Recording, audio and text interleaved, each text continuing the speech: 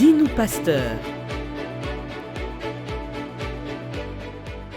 Bonjour, je suis David Moutoualé, serviteur du Dieu vivant. Je suis pasteur principal du Centre évangélique Évangile du Salut, autrement appelé la Borne Bumbu. Nous faisons partie de la grande communauté des Assemblées de Dieu en République démocratique du Congo et aussi de la grande famille La Borne. Grande est ma joie de vous retrouver dans ce nouveau numéro de cette émission Dis-nous pasteur, dans cette série de messages que nous avons commencé, dont l'intitulé est « Le pouvoir de la décision ». C'est très important, chers téléspectateurs, de savoir que la décision est un pouvoir. La décision, c'est comme une bombe atomique, une arme qu'on a placée, que Dieu a placée entre vos mains. Elle peut vous amener au salut, elle peut vous amener au chaos. Tout dépend de l'usage, n'est-ce pas, que vous ferez avec.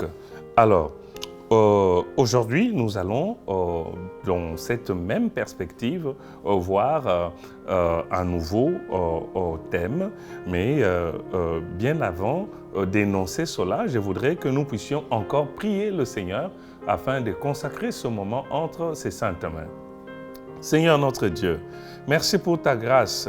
Merci de nous l'avoir renouvelé encore aujourd'hui, puisque nous sommes devant ton peuple afin de le pousser à prendre des bonnes décisions qui seront salutaires. Merci, ô Dieu, pour la force que tu nous donnes. Seigneur, donne à ton instrument cette capacité de parler comme annonçant tes oracles, afin que ton peuple soit édifié pleinement, et cela dans le nom de Jésus-Christ. Amen. Gloire à Dieu. Alors, aujourd'hui, bien-aimés, je voudrais tout simplement m'entretenir avec vous autour de ce thème que j'ai intitulé « Les 8 catégories de personnes face à la décision. Quel type es-tu » Donc, je serai en train d'énumérer, de citer 8 catégories de personnes et tu dois te placer parmi toutes ces catégories et voir comment tu dois soit ajuster ou réajuster les choses dans ta vie. Toujours pour marquer l'importance de la décision dans notre vie, je voudrais donner cette illustration. Vous savez, il y a un groupe de gens qui se sont préparés pour les élections. Et ils ont tout fait, ils ont mis en place des stratégies, ils ont battu la campagne également, ils ont battu campagne et finalement, le jour des élections, ils s'attendaient à gagner. Mais curieusement, ils vont perdre. Ils perdent grâce tout simplement ou à cause d'une seule personne qui était absente parce qu'elle s'est décidée de ne pas venir. Elle a dit, bon, ils sont déjà là-bas, qu'est-ce que ma présence ferait? J'ai mieux à faire. Il est resté et il n'est pas parti. Il y avait une chaise vide, mais il ne pouvait pas penser que cette seule chaise vide serait à l'origine du chaos ou de l'échec électoral. Tout simplement pour nous dire que nous ne devons pas prendre nos décisions à la légère. Une simple décision peut changer une destinée en bien ou en mal. C'est très important. Alors, il y a 8 catégories de personnes face à la décision. La première catégorie, c'est ceux qui s'auto-sabotent par leurs propres décisions. Il y a des gens qui souffrent aujourd'hui. Il y a des gens qui mènent une vie de misère. Il y a des gens qui pleurent sur leur couche. Il y a des gens qui souffrent. Mais en fait, ils souffrent à cause de leurs propres décisions. Les décisions qu'ils prennent tout le jour amènent les pleurs, les lamentations, la souffrance dans leur vie. Ils font des mauvais choix qui les blessent. Parfois par haine d'eux-mêmes. Oui, ça peut arriver. Il y a des gens qui ne s'aiment pas eux-mêmes. ou peut-être par ignorance, ou aussi par impulsivité ou orgueil. Par orgueil, on peut prendre des très mauvaises décisions qui ne nous seront pas profitables. Nous avons dans la parole de Dieu, dans le livre de Genèse, chapitre 25, le verset 29 à 34. Je vais vous épargner de la lecture, vous pouvez faire la lecture à la maison. Nous connaissons ce qui est arrivé à Ésaü, qui a, n'est-ce pas, perdu le droit d'aînesse et qui, plus tard, perdra également la bénédiction. Qu'est-ce qui s'est passé? En fait, Ésaü, la Bible dit qu'il était profane. Donc, c'est un ignorant. C'est un monsieur qui n'a pas le respect du sacré. Il ne comprend pas que la décision est une arme. Et ça peut être une arme fatale. À cause juste de ce besoin physiologique, de ce besoin de calmer la faim, Ésaü, décide de vendre son droit d'aînesse contre une bolle de lentilles. Mais est-ce que cet homme comprend la portée de son acte? Malheureusement, non. Une faim passagère. Il n'allait pas mourir ces jours-là, mais il a préféré de vendre son droit d'aînesse. Aujourd'hui, vous avez des gens aussi comme cela, à cause d'un iPhone 11, iPhone 13. Tu vas vendre ta virginité. Tu vas vendre ton corps à cause d'un poste quelque part dans une banque ou je ne sais dans quelle boîte. Tu acceptes l'homosexualité. Mais est-ce que tu sais ce que tu vends? Oh non, il a dit que c'est juste une fois et puis on ne fera plus. Mais une seule fois suffit pour que tu puisses hypothéquer non seulement ta destinée, mais même la destinée de tes enfants. Une seule fois suffit. Le diable n'a pas besoin de plusieurs fois. Tu lui donnes le bouton, il te prend la chemise. Ésaü n'avait pas compris cela. Et aujourd'hui, il y a beaucoup qui n'ont pas compris cela également. Ils regrettent et pleurent amèrement comme Ésaü avait pleuré. Ésaü souffre. Il a le chagrin dans le cœur. Il pleure. Mais il pleure pourquoi? Parce qu'il a pris de mauvaises décisions hier. Pendant que tu m'écoutes, tu es par terre. Toi qui avais beaucoup de moyens, on t'appelait président, on t'appelait tout ça, de tout le nom pour ascenser à ta personne. Mais voilà, aujourd'hui, tu es complètement par terre parce que tu as pris tellement de mauvaises décisions et tu es même au bord du suicide. Tu penses que la solution, c'est le suicide. Non, la solution, c'est Jésus. Parce que pour tous ceux qui vivent, il y a encore de l'espérance. Voilà, bien-aimés, dans le Seigneur. Dans cette première catégorie, vous avez plusieurs personnes, des jeunes comme des vieux, des personnes de tout âge, confondues, ils sont là en train de pleurer à cause d'une mauvaise décision. Ils ont eu dans les actes qu'ils ont posés, échangé, n'est-ce pas, leur avenir avec ce qui était mauvais, c'est que Dieu n'avait pas préparé pour eux. Beaucoup de gens le vivent. Il faut faire très attention. Il y a même des femmes qui ont accepté un mariage avec des hommes violents, des hommes parfois occultistes, juste parce qu'elles craignaient de voir l'âge avancer. Et aujourd'hui, tu souffres, tu es en train de pleurer à cause de cela. Des gens qui souffrent, n'est-ce pas, à cause de leurs mauvaises décisions, ils ont sur le plan psychologique ce qu'on appelle le trouble du jugement. Ils ont le trouble du jugement. Ils sont faibles en termes de gestion de leurs pulsions. Ils n'arrivent pas à avoir la maîtrise de soi, la tempérance. Et je voudrais vous dire, si vous êtes dans cette catégorie, que la clé du changement, c'est de revenir à Dieu et à sa parole. Revenir à Dieu et à sa parole, se faire entourer des mentors, si possible, afin que des bonnes personnes, bien entendu, afin qu'ils puissent commencer à nous aider, nous canaliser, nous guider lorsque nous avons cette confusion face aux choix ou aux bonnes décisions que nous sommes appelés à prendre.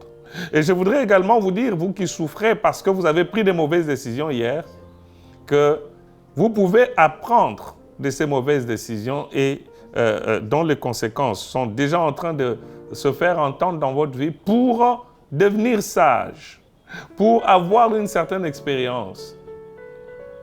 Mais ne vous découragez pas, continuez à vous appuyer sur le Seigneur. Cela est très, très, très important. Reconnaissez vos erreurs du passé, demandez pardon à Dieu, assumez et demandez la grâce de Dieu de tenir.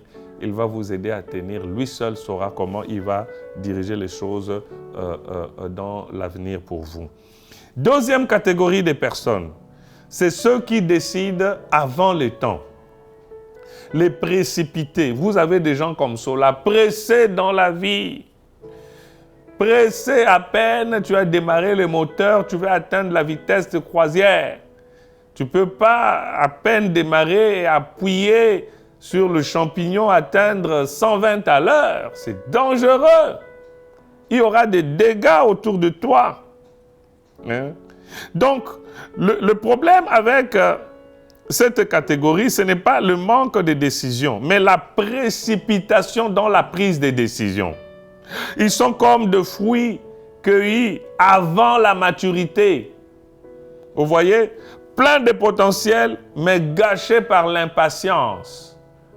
Quand on voit certaines mangues, n'est-ce pas, qui jaunissent sous l'effet du soleil alors qu'elles n'ont pas mûri convenablement. Vous regardez la mangue, vous pensez que c'est un bon fruit, vous avez fait une bonne affaire, mais c'est quand vous mettez dans la bouche, c'est aigre, c'est pas bon. Il y a des gens comme ça, ils vous donnent cette apparence-là. Ils veulent être quelque part avant le temps. Ils vont se battre. Ils sont prêts même à mettre des peaux de banane sur le chemin des autres afin qu'ils y parviennent. Mais au bout du compte, ils ne sont pas sucrés, ils ne sont pas agréables à la bouche, ils sont aigres. Et ce n'est pas bon. Il y a des conséquences. Des conséquences. Nous voyons dans la parole de Dieu, dans Exode chapitre 2, le verset 11 à 15, l'exemple de Moïse. Moïse a une destinée glorieuse. Il a une destinée de chef, de juge. Il a une destinée de grand. Il doit libérer son peuple. Mais il doit libérer le peuple dans le temps de Dieu, pas en son propre temps.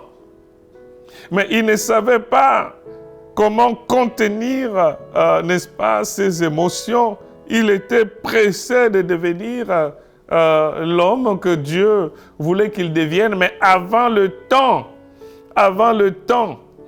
il est allé tuer un Égyptien et il est tombé dans la panique parce qu'il s'est dit que c'est tout le service secret qui vont être à mes trousses. Il a pris la poudre d'escampette. Il est allé se réfugier. Il est allé en fait en exil. Pourquoi? Parce que tout simplement, il était pressé d'agir. Il s'est précipité. Nous devons faire très attention. Aujourd'hui encore, nous avons des leaders spirituels qui lancent un ministère sans formation. Des jeunes qui s'endettent pour acheter ceci ou cela afin d'avoir l'apparence des grands. Et avec les réseaux sociaux aujourd'hui, nous mettons un peu de tout pour impressionner. Nous voulons montrer que nous sommes arrivés alors que nous ne sommes pas encore arrivés. Ce n'est pas bien, bien-aimés dans le Seigneur. Il faut savoir que même dans le leadership, l'intention ne suffit pas, il faut le timing. Donc vous ne pouvez pas juste à cause de l'intention de devenir grand ou d'essayer de vous précipiter, essayer de vous placer déjà sur ce piédestal. Attendez le temps de Dieu. La promesse de la grandeur peut venir de Dieu lui-même. Mais n'oubliez pas que Dieu fait toutes choses bonnes en son temps. En son temps. Il a dit clairement dans le livre d'Ecclésiaste, chapitre 3, à partir du premier verset, « Il y a un temps pour tout sous le soleil. Votre temps d'élévation arrivera. Vous avez la grâce de Dieu. Vous avez l'appel de Dieu. Vous avez la mission de Dieu. Vous prêchez déjà bien dans votre église. Vous faites déjà ceci ou cela bien dans votre entreprise. Mais attendez que Dieu vous élève au temps convenable. Attendez. Si vous le faites avant les temps, croyez-moi, vous allez vous casser la figure. Vous vous casserez la figure parce que notre Dieu ne nous amène pas à brûler les étapes. Non, vous ne pouvez pas, à 2-3 mois de grossesse, aller à la maternité et mettre un enfant en bonne santé. Ça ne marchera pas. Il faut attendre le 9 mois, que le 9 mois soit accompli. Que mon Dieu te donne la patience. Toi qui as déjà engagé cette vitesse, commençant même à minimiser ton PDG, à minimiser ton responsable, parce que tu as une certaine vitesse, tu sens des grâces en toi. Je voudrais te dire, bien-aimé, attention, attends le temps de Dieu. Humiliez-vous sous sa main puissante afin qu'il vous élève au temps convenable, nous dit la parole de Dieu. Troisième catégorie de personnes sont ceux qui décident trop tard. Ce sont les retardataires. Eux, ils prennent de bonnes décisions, mais en retard. Vous voyez? Donc, ils attendent d'abord voir les conséquences pour agir.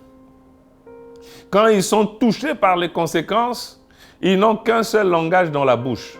Si je savais. Si je savais. Oui, tu savais, mais tu n'avais pas le courage. Tu prends la décision en retard et ça te cause de problèmes. Ça te cause de problèmes. Dans le livre du prophète Agé, le chapitre 1er, le chapitre 2, vous pouvez le lire. Qu'est-ce qui se passe? Dieu libère son peuple. Regardez bien, dans le premier édit de Cyrus, il dit, le Dieu de toute la terre, le Dieu des cieux m'a donné le royaume de toute la terre, et qui d'entre vous fait partie de son peuple, qu'il rentre à Jérusalem pour rebâtir son temple. C'est extraordinaire. Vous voyez la raison pour laquelle le peuple est renvoyé. C'est clair dans l'édit du roi. C'est pour reconstruire le temple. Alors, quand le peuple arrive, c'est Dieu qui inspire, n'est-ce pas, cette idée à ce roi, conformément même à la prophétie qui était déjà donnée par le prophète Ésaïe. Mais quand le peuple arrive sur terrain, il fait face à la crise économique et à tout le combat lié, plutôt le combat qui était causé par d'autres peuples qui avaient déjà élu domicile dans sur leur sol et qui ne voulaient pas voir le bonheur du peuple de Dieu. Et qu'est-ce qui va se passer? À cause de tout ça, dans le livre du prophète Agé, le peuple de Dieu commence à dire « ce n'est pas encore le temps de reconstruire le temple. Vous voyez, il y a la crise, il y a la rentrée scolaire, je ne peux pas faire ceci pour l'œuvre de Dieu, je ne peux pas assister cet orphelin, voilà, il y a tel besoin, tel besoin, tel besoin. » Alors, qu'est-ce qui se passe? Pendant qu'ils avancent ces raisons pour ne pas bâtir ou rebâtir la maison de Dieu, ils se construisent des demeures lambrisées et des palais en marbre. Dieu dit non, mais ça ne marche pas comme ça avec moi, vous ne pouvez pas me duper à ce point. Il va souffler. Et quand il souffle, tout ce qu'ils avaient amassé était parti. C'est maintenant la vraie crise. La vraie crise, c'est quand vous avez désobéi à la parole de Dieu. C'est ça la vraie crise. C'est ce qui vient vraiment secouer l'homme. Et il se réveille. Il dit, oh, qu'est-ce que nous avons fait? Dieu dit non, vous avez dit que ce n'est pas le temps, ce n'est pas le temps, ce n'est pas le temps. Alors que c'est le temps. Depuis Cyrus, nous avons déjà entendu cela. Vous voyez?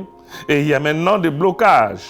Donc, les retardataires sont dans la procrastination.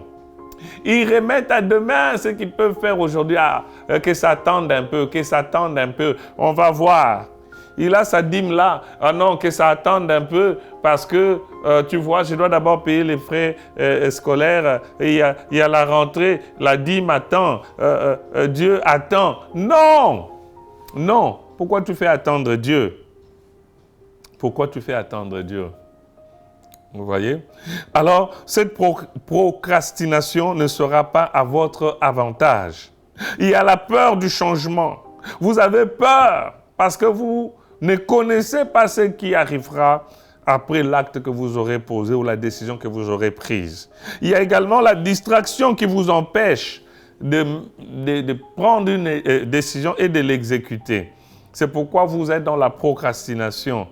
Et il y aura des problèmes, il y aura des dégâts dans votre vie qui vont maintenant vous réveiller. Vous allez voir la sécheresse financière. Vous allez voir parfois des maladies déranger les mêmes enfants. Pourquoi? Parce que Dieu a été relégué au second rang. Il n'est plus la priorité dans votre vie. Il n'est plus la priorité dans votre maison. Il n'est plus la priorité dans votre famille.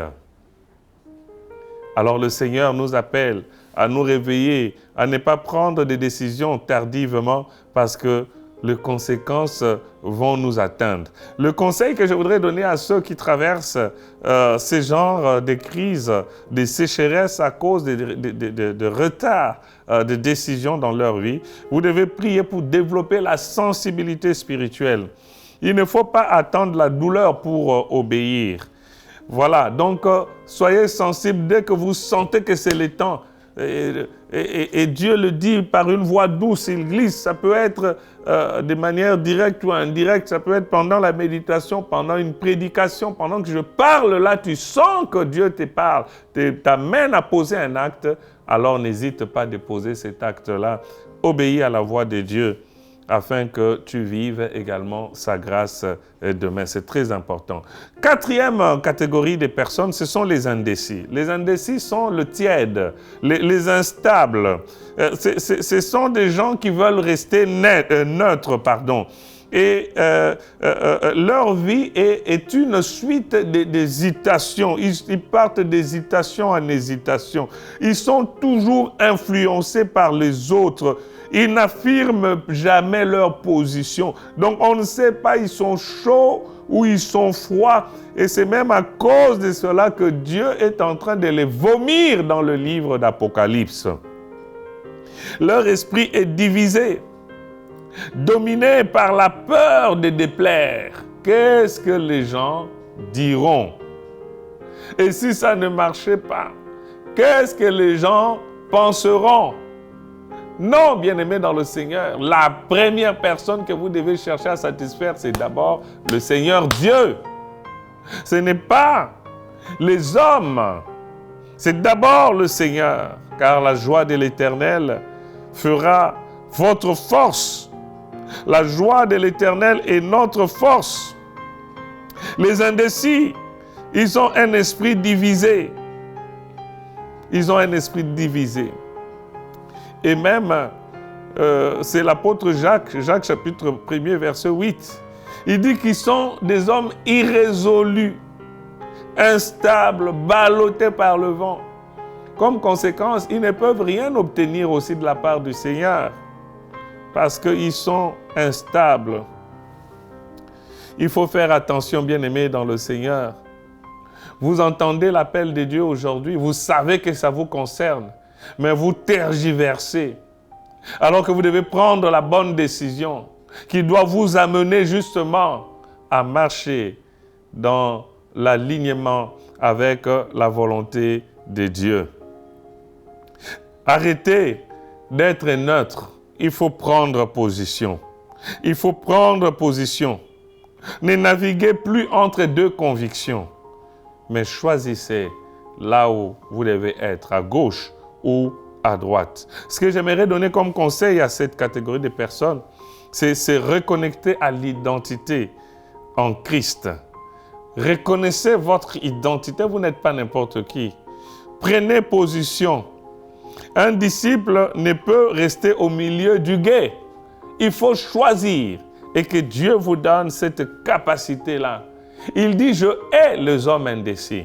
Ne restez pas dans la catégorie des indécis, mais avancez, n'est-ce pas, vers ceux qui décident et qui alignent leurs décisions dans la volonté du Seigneur. 5e catégorie de personnes, c'est ceux qui décident, mais ne passent pas à l'action. On peut les appeler les rêveurs stagnants. Ils stagnent.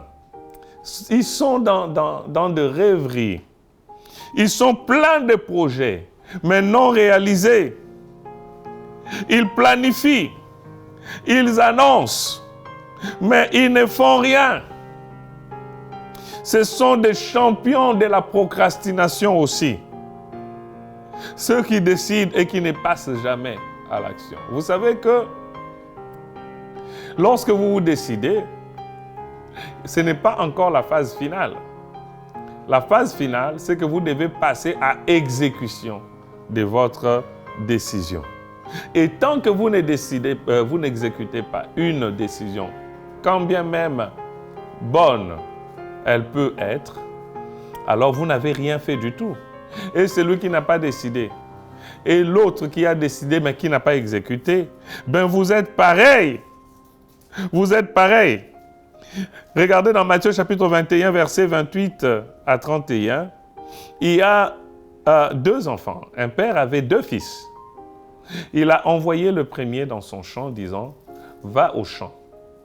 Et le premier dit, ok, moi, je ne peux pas aller là-bas. J'ai autre chose à faire. Il dit au deuxième, allez-y. Il dit, oui, j'irai. T'en fais pas, papa. Oh, mais c'est notre champ, c'est notre héritage. J'irai. Mais au bout de quelques temps, il a même oublié. Il n'a pas exécuté sa décision. Et le premier qui avait refusé de se rendre au champ a changé d'avis. Il est parti. Donc, vous comprenez que ce n'est pas le simple fait de prendre une bonne décision qui suffit. Mais encore, il faut amener à exécution cette décision-là. C'est très important. Vous avez une idée somptueuse de bâtir une entreprise, mais vous dormez, vous vous réveillez avec l'idée 10 ans durant, sans mettre cela à exécution. Vous ne démarrez jamais, vous ramenez toujours à demain. Ce n'est pas normal. Vous allez souffrir, bien-aimés dans le Seigneur. Et ne soyez pas étonnés de voir qu'un beau jour, quelqu'un se réveille avec votre idée et il commence à l'implémenter. Et vous serez surpris, mais comment il a fait? Mais Dieu ne peut pas laisser cette idée être gaspillée puisque c'est lui qui a inspiré. Ce n'est pas normal. Vous voyez? Et c'est souvent lié à la peur de l'échec, à la dépendance, à l'approbation ou à la fatigue émotionnelle. Ça veut dire qu'on est tellement dépendant. On a pris la décision de quitter la maison, mais on s'est dit, mais je vais vivre comment? Ici, au moins, j'ai le toit familial. Non, bien-aimés dans le Seigneur, arrêtez de dépendre des hommes, cherchez à dépendre de Dieu. Les miracles arrivent lorsqu'on sort de la barque, lorsqu'on accepte de mettre le pied dans l'eau. C'est alors que le miracle arrive. C'est ce qui est arrivé pour Pierre. Il a pris la décision, après l'appel du Seigneur, il est sorti de la barque. Sors de ta zone de confort. Sors de cette zone de confort. Et avec l'aide de Dieu, tu verras la lumière sur ton sentier. Le conseil que je voudrais donner à cette catégorie de personnes, c'est de passer à l'action. Mon frère, passe à l'action. Passe à l'action. Oui, tu as l'âge de te marier. Il y a une bonne sœur là devant toi. Tu ne sais pas comment parler. Et mon frère, passe à l'action. Il y a un autre frère qui viendra, qui fera la proposition. Ils vont se marier dans la même église. Et ce jour-là, tu feras le protocole. Tu imagines les degrés de tristesse. Donc, il faut passer à l'action, bien-aimés, dans le Seigneur. C'est très important. Passer à l'action. Et si possible, trouver également un mentor, quelqu'un qui peut vous encadrer, qui peut vous aider, qui peut vous coacher, qui peut vous booster, qui peut vous pousser de temps à autre à l'action alors que vous êtes lourd. Voilà un peu bien aimé dans le Seigneur, je suis obligé de m'arrêter ici et nous verrons les autres catégories de personnes dans le prochain épisode. J'aimerais prier avec vous. Je ne sais pas, vous vous retrouvez dans quel type de personne. Mais quel que soit là où vous vous trouvez, quelle que soit votre position, sachez qu'il est possible d'ajuster ou de réajuster sa position en s'appuyant sur le Seigneur et sur sa parole. Que Dieu vous bénisse. Prions ensemble. Seigneur notre Dieu, je te dis merci parce que tu es l'alpha et l'oméga. En ce moment, ce sont des simples paroles que je suis en train de dire ici, en ces lieux, mais dont la portée est même ignorée par moi-même parce que tu es en train de parler à plusieurs cœurs. Tu es en train de parler à plusieurs personnes qui se retrouvent d'une manière ou d'une autre dans une posture qui ne les avantage pas, qui ne leur permettent pas d'avancer, d'aller de l'avant. C'est ainsi que je te prie, Seigneur, de répandre ta grâce pour amener mon frère ou ma sœur à changer de position, à trouver la position juste, à trouver le moyen juste de se tenir droit devant toi, d'aligner, Seigneur, sa volonté à la tienne pour qu'il puisse avoir un leadership fort, pour qu'il puisse connaître les succès, pour qu'il puisse connaître la réussite dans sa vie. Et c'est là dans le précieux et glorieux nom de notre Seigneur et Sauveur Jésus-Christ. C'est lui qui nous couvre de sa grâce. Merci Jésus. Amen. Que Dieu vous bénisse. Dis-nous, pasteur.